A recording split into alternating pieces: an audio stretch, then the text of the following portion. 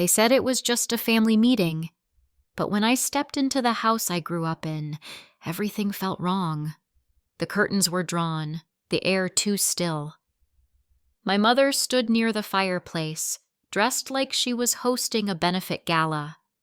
Beside her were two men in sleek gray suits, unfamiliar faces with expensive watches and unreadable expressions. My younger brother Ethan sat stiffly on the couch, hands clasped tight between his knees, refusing to look up. And there, on the coffee table, was a thick stack of papers with my name printed on top.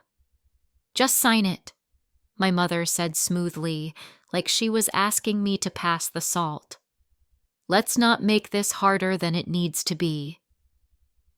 1 month ago, we buried my grandfather.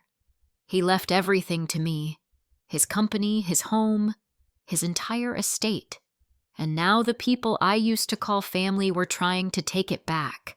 I should have turned around and walked out, but I didn't, because I knew something they didn't. This wasn't the first time they'd tried to make me feel small, to take something that was never theirs to begin with. I'd spent a lifetime learning how to stay quiet, to keep the peace. But not this time. If you've ever had someone try to rewrite your story right in front of you, if you've ever felt guilt used as a weapon, not a feeling, tell me where you're watching from, and maybe what time it is for you, because maybe, just maybe, this is the moment you needed to hear this. I almost gave in. I almost gave up. But then I remembered who I was raised by, and what happened next. Even they didn't see it coming. I was never the loud one in the family. While my sister Brooke sang in every school recital, and Ethan broke windows playing baseball indoors, I stayed in the background. Quiet. Observant. I liked things that made sense. Numbers, ledgers, spreadsheets before I even knew what they meant. Grandpa noticed that before anyone else did. When I was 9, he took me with him to Westbrook Tools for the first time. It wasn't glamorous, just rows of bolts, shelves of paint, dusty invoices on clipboards. But to me, it was magic. It was order, structure, logic. Things my home never had. At home, my mother ruled with drama. Everything was either perfect or a crisis. We could have caviar 1 week and overdue mortgage notices the next. I once watched her scream at a florist for putting the wrong shade of white in her birthday bouquet. I was 6. Grandpa, though, he was different. Every Saturday, he picked me up in his old Ford truck. We'd stop for coffee, which he'd let me sip even though I hated the taste, and he'd quiz me on what I'd do if a customer wanted a refund without a receipt. At first, I thought it was just a game. Later, I realized he was teaching me how to think, how to lead. My mother hated those Saturdays. "You're turning her into some little office rat," she once said to him, loud enough for me to hear through the hallway wall. "She's learning," he replied. "Something no one ever let her do." She didn't speak to him for 2 weeks after that. I think that's when I first understood. In my family, love was conditional. It was given when you were useful, withdrawn when you weren't. Grandpa never said he loved me with words. He didn't have to. He showed me. Every lesson, every Saturday, every time he let me sit in on staff meetings like I was someone who mattered. When I turned 15, he gave me a battered leather notebook. "Keep track of everything," he said. "Money, mistakes, even people, especially people." I still have it. Inside the front cover, he'd written, "People will tell you who they are. Believe them the first time." I didn't fully understand that then, but I would, because not long after that, the cracks in our family started showing deeper. My mother remarried, Craig. a man with slicked back hair, a smooth voice, and zero backbone. He laughed at all her jokes, nodded at all her plans, and quietly co-signed every bad decision she made. She opened a wellness studio with Grandpa's loan and shut it down 6 months later. She blamed the landlord, the market, the energy in the building. But Grandpa never blamed her. He just wrote another check.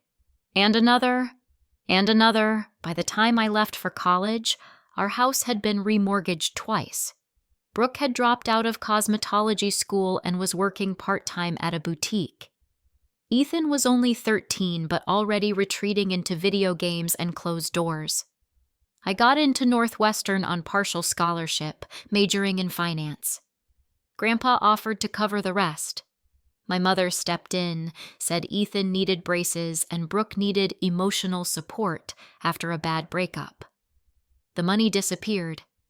I took out loans, worked nights at a campus cafe.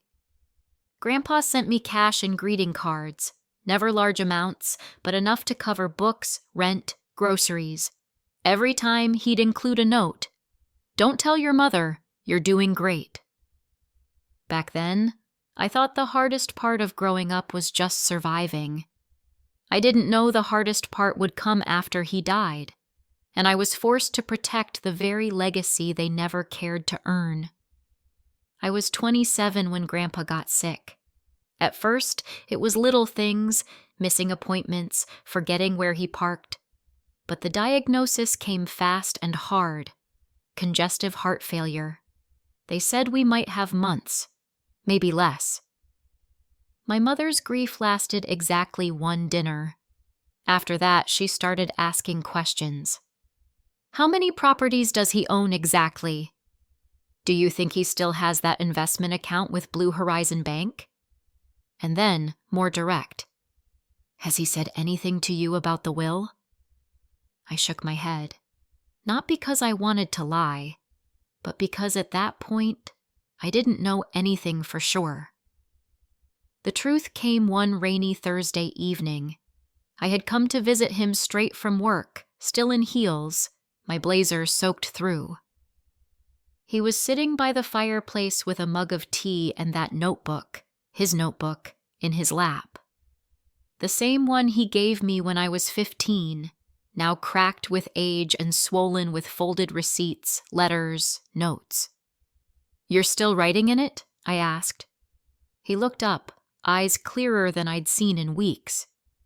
"Every day, because I knew this moment would come." He patted the seat beside him. "Your mother's going to come for it all," he said quietly. "Not because she needs it, but because she thinks she's entitled to it."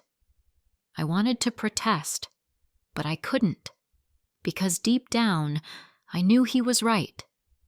"I've made arrangements," he continued. "The lawyer has everything. You'll be fine, but it won't be easy." I sat there, trying to process what he was saying. "Why me?" I asked. "Why not split it?" He smiled at me like I was still 9, asking why nails came in different sizes. "Because you'll protect it," he said. "You'll build something with it. The others, they'll burn it to the ground just to feel warm for one more day." He reached into the notebook and pulled out a folded letter, placing it in my hand. "If they fight you, this might help." I never asked what was inside. I wouldn't open it for another 6 weeks, but I kept it, tucked deep inside my work bag, right next to the pen he once used to sign every pay slip for every employee who'd ever called him boss. The day he died, the sky over Denver turned gray like ash. We buried him on a cold Tuesday. Closed casket. No speeches. My mother wore a designer coat I'd never seen before and posted a photo of the flower arrangement with the caption, "Rest well, Dad. You were complicated." Complicated? He was the only constant we ever had. 2 days after the funeral, I got a call from Mr. Keating, his lawyer. "We'll be reading the will on Friday morning," he said. "He requested you be present. Alone." Alone. I should have known that word would change everything. That morning, I walked into the law office and found my mother, Brooke, Ethan, and Craig already seated. No one looked at me. Not even Ethan. The reading started politely enough. Charitable donations, retirement benefits for his housekeeper, a painting to his college friend, his watch collection to the manager of his first store, and then silence. To my granddaughter, Haley Monroe, I leave the remainder of my estate. I didn't hear the rest. My ears rang. My hands froze. I could feel my mother's stare burn holes through my skin. She stood up so fast her chair screeched against the wood floor. "This is a joke!" she hissed. "Read it again!" "There's no mistake," Mr. Keating said gently. "Your father updated his will 6 months ago. Everything is in order." Brooke's voice shook as she spoke. He must have been confused. He was already sick. He was sharper than all of us combined, I said quietly. My mother turned to me like I had just confessed to murder. "You knew." "I didn't." "Don't lie to me." Mr. Keating cleared his throat. "If there are no further questions—" "Oh, there are!" my mother snapped. "This isn't over!" She stormed out, heels clicking like gunshots on marble. But she was right about one thing. It wasn't over. It was just beginning. The voicemails started that night. First came the tearful ones. My mother sobbing softly, whispering things like, "I don't know how you could do this to your own family," and "Your grandfather would be ashamed." Then came the angry ones. "You've always been selfish, Haley. You manipulated a dying old man. This isn't over. Not by a long shot." By the end of the week, I stopped listening altogether. But that didn't stop her. Brooke took to social media, posting cryptic messages about greedy people and ungrateful blood. One post featured a black and white photo of Grandpa with the caption, "He loved us all equally. Shame some people forget that." The comments poured in, sympathetic emojis, friends chiming in about how money changes people. Even one aunt I hadn't spoken to in 5 years tagging me and writing, "What a disgrace." Then my boss called me in. "Everything okay at home?" she asked gently. Apparently, my mother had called the office, multiple times, said it was urgent family business, and that she couldn't reach me directly. I assured my boss I'd handle it, and I did. I changed my number the next day. Still, they found ways. Old friends started texting me out of nowhere. Family friends I hadn't heard from in a decade suddenly wanted to catch up. Each conversation started the same way. Small talk, a compliment, a casual lead-in. Then, "Don't you think this whole thing could have been handled more privately? I mean, it's just money, right?" Just money. I began to question myself. Constantly. Maybe they were right. Maybe Grandpa was confused. Maybe I should have just split everything to keep the peace. But then I remembered the letter. I'd been carrying it around for weeks, too afraid to read it. That night, I finally did. It was written in Grandpa's handwriting, strong, steady, unmistakable, dated just after his diagnosis, and every word felt like he was sitting right there beside me. "Haley, if you're reading this, then my fears were right. You're being pressured, maybe even threatened. I want you to know, this decision was made with full clarity. I've watched your mother, Brooke, Craig, all of them, how they handle money, how they treat others, and I've watched you. The only one who ever stayed late to learn. The only one who understood that wealth is not entitlement. It's stewardship. Stand your ground. You are not alone." I read it twice. Then I cried. Not because I was sad, but because for the first time in weeks, I felt steady again. The next day, I hired a lawyer. Her name was Marissa Talbot. Calm, sharp, no nonsense. She read through the will and Grandpa's letter, then looked me straight in the eye. "You're going to need to document everything," she said. "Messages, voicemails, social posts, and I strongly recommend installing a security system." I thought she was being dramatic, until I found my mother's car parked outside my apartment the next night. No knock, no text, just her SUV idling quietly beneath the street lamp, engine running. I watched from behind the curtain for nearly an hour before she drove off. Marissa was right. This wasn't about grief. It was about control. 2 days later, Brooke showed up at my building. Not at my door, at the front desk, demanding to be let up. When the receptionist refused, she left a note. "You may have the money, but you don't have the family. Think about that." They were trying to wear me down, piece by piece, until I signed it all away just to make them stop, and for a minute, I almost did. But then Ethan called. His voice was low, nervous. "I just wanted to say I'm sorry," he said. "I didn't know how bad it had gotten." I asked if Mom put him up to it. He hesitated. "She doesn't know I'm calling. She'd lose it if she found out." That silence told me everything. "Are you okay?" I asked. "Not really," he said. She's different now. It's all she talks about.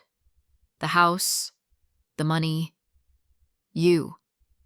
He paused, then said the words I hadn't expected. "She's planning something, some kind of meeting. Said you'd be there whether you liked it or not."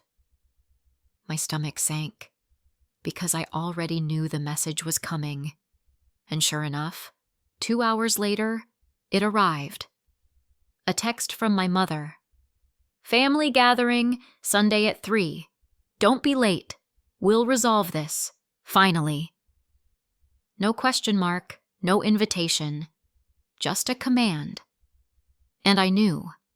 They weren't done. The house looked exactly the same.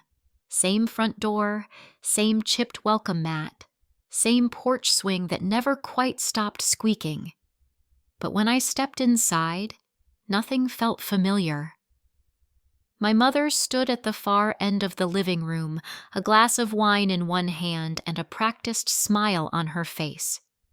She wore deep navy, expensive, deliberate, funereal, like she was mourning something while celebrating it at the same time. Brooke sat rigid on the sofa, legs crossed too tightly. Craig hovered near the fireplace, arms folded, the same smug expression he always wore when letting others do the talking. And Ethan, my little brother, stood quietly by the window, shoulders tense, not making eye contact. Then I saw the two strangers, middle-aged, both in sharp suits, briefcases on their laps, pretending to be casual. But everything about them screamed legal. My mother gestured to them like she was hosting a dinner party. "Haley, this is Mr. Brennan and Mr. Avery. They're here to help us find a cooperative solution." I didn't sit. Not yet. What kind of solution requires 2 lawyers? "They're not lawyers," she corrected gently. "Advisors. Estate specialists."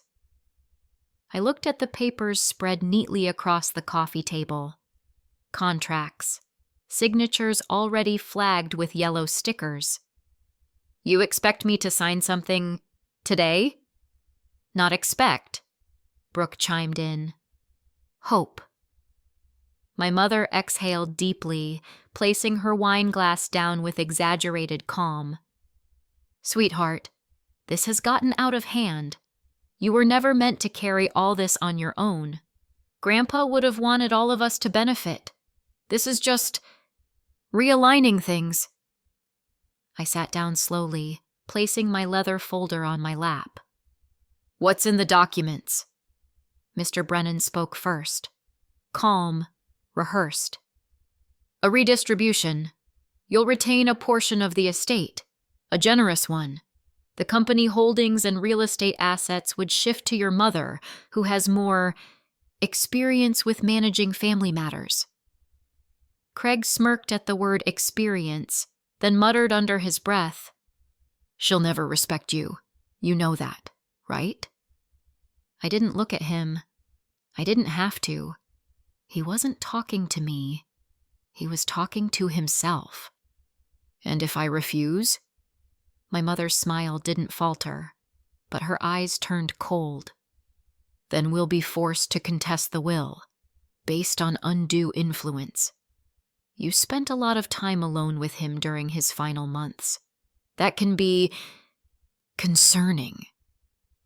There it was, the threat, and I felt something inside me snap, not in fear, but in clarity. I opened my folder slowly, deliberately. Inside was Grandpa's letter. 3 printed screenshots from Brooke's Instagram, the ones she'd posted from her luxury spa retreat the same week she claimed she couldn't afford rent, and 6 photocopied pages from Grandpa's ledger, each one signed and dated, showing years of loans to my mother, loans that were never paid back. I placed the letter down first. My mother's eyes narrowed. What's that? A letter, I said softly. From the man you say I manipulated. She stepped forward. You don't want to do this. I really think I do. I handed the letter to Mr. Brennan, then turned to Brooke. May 14th, I said. You told Grandpa you needed emergency dental surgery.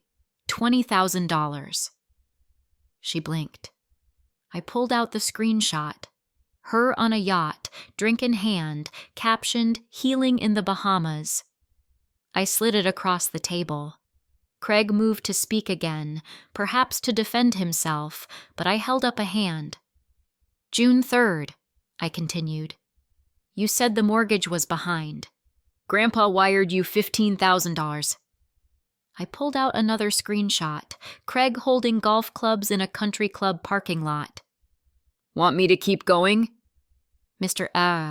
Avery shifted in his seat. Mr. Brennan's face had gone pale.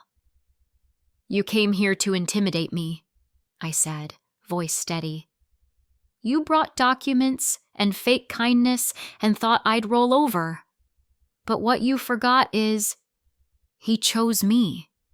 Because I watched. I remembered. I documented. My mother's smile finally cracked. You're just like him, she said, but it didn't sound like a compliment. I know. The room went silent. No one moved. Ethan looked up at me for the first time, and then, slowly, stood.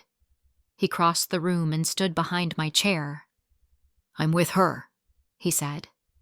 Quiet, but firm. My mother's voice rose, sharp and cracking. You'll regret this! Both of you! I gathered my papers and stood. If that's true, at least it'll be my regret, not yours to assign. I turned to Mr. Brennan. I suggest you read that letter, especially the part where Grandpa outlines how every decision was made while fully competent and under medical supervision. He hesitated, then nodded once. I walked toward the door. As I reached it, I heard my mother's voice behind me, low and cold. This isn't over. I turned back one last time. It is for me. And then I left. We didn't say anything on the drive back.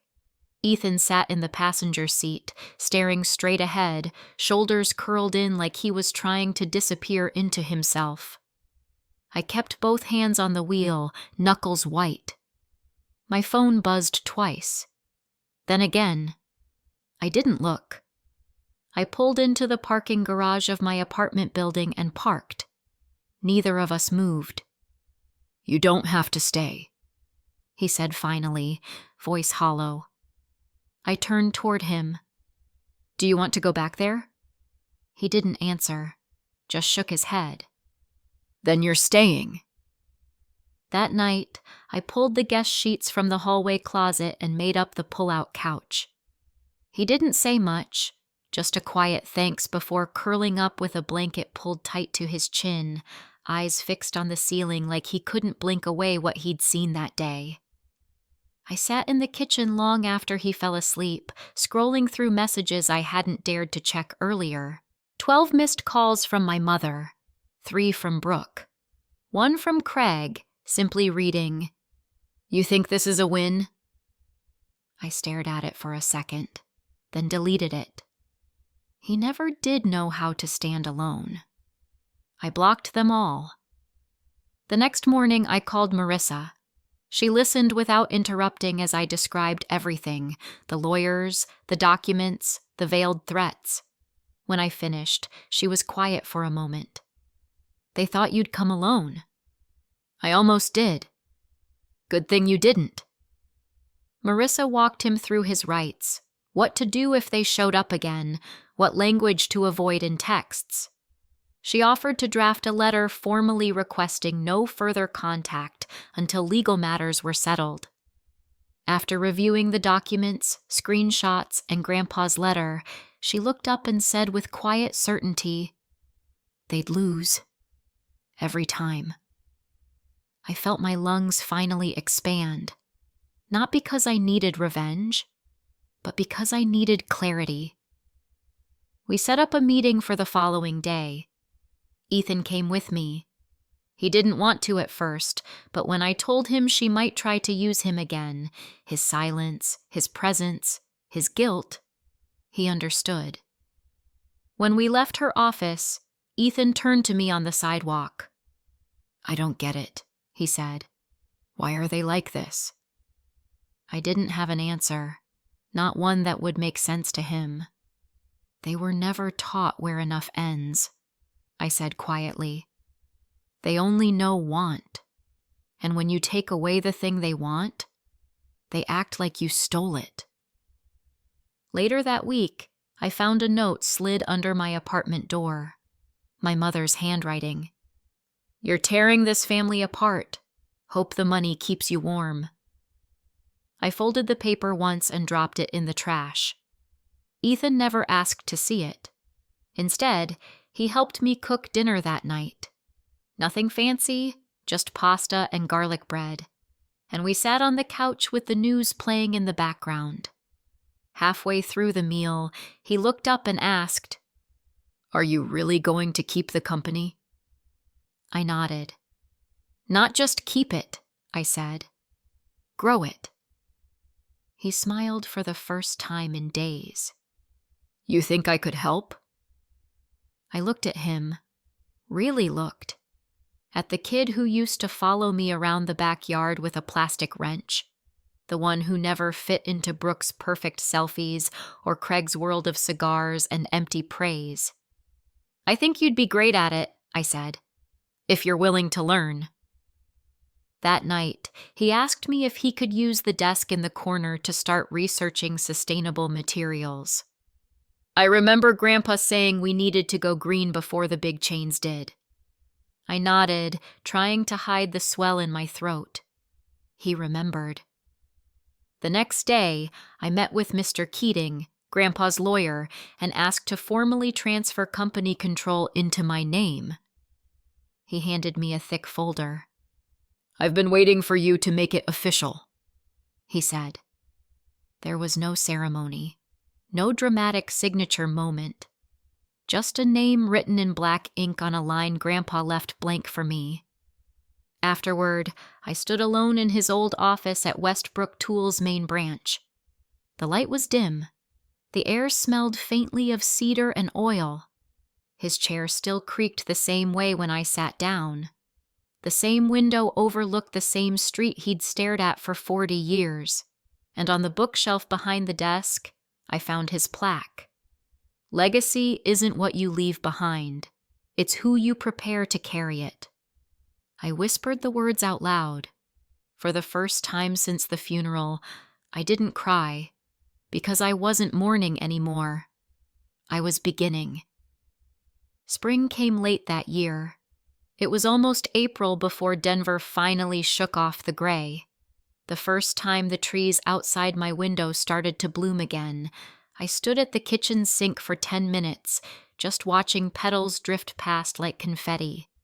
For the first time in months, the silence in my apartment didn't feel heavy.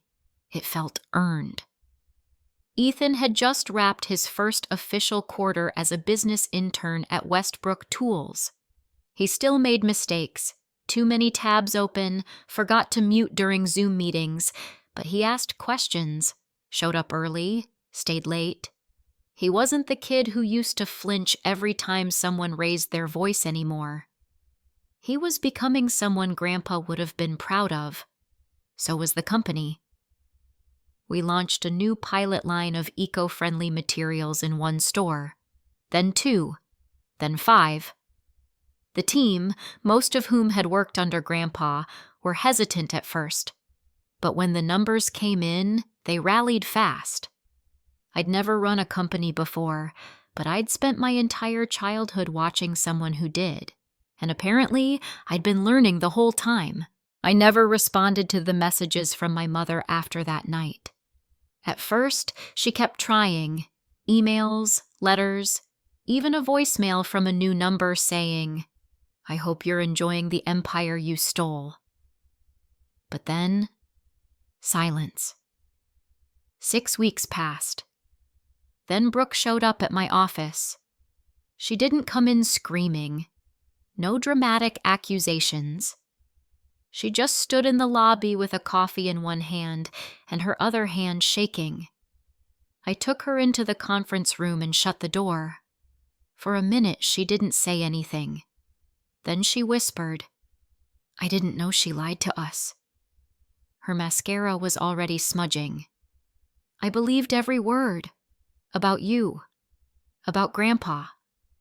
I thought you were manipulating him. That's what she told us." I didn't say anything. I didn't have to. She took a breath. But when I saw the screenshots, the records, the things she spent that money on, her voice cracked. I didn't know how much of what I believed was hers, not mine. We didn't hug. We weren't those sisters. But we sat there for almost an hour, 2 women picking through the wreckage of the lies we grew up in and trying to find something real underneath.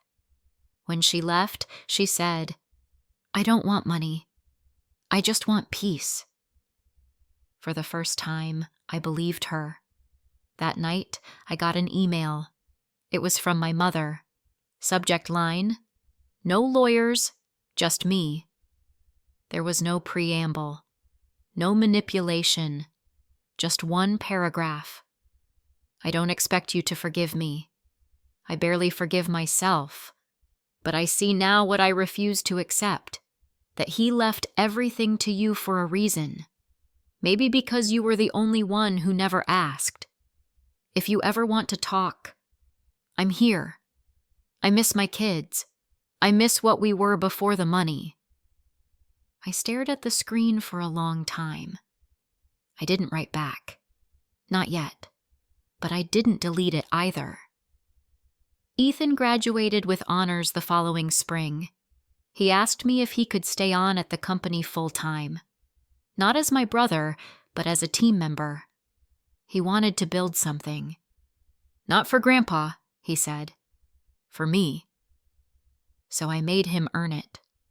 I gave him the worst store in the city, the one with bad lighting and low margins, and told him, "Fix this, or don't come back." He smiled like I'd handed him the moon. At the grand reopening of that same store 6 months later, I stood outside with a pair of scissors in my hand, looking up at the new green and white sign that read, "Westbrook Tools, built to last." Brooke showed up late. She didn't make a scene. She brought Ethan a small plant for his desk and stood at the back while I gave my speech. I saw my mother, too. She stood across the street. Didn't come closer. Just watched. We didn't wave. But I think she knew I saw her. And that was enough.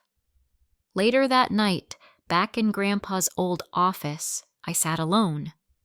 The light had shifted. The room was golden. Quiet. I opened his ledger one last time. The final page was blank, except for a single note in the margin, written in pencil. Don't protect the money. Protect the person who becomes strong because of it. I closed the book and whispered, I will. Because I wasn't just the granddaughter who inherited the business. I was the woman who fought to become worthy of it.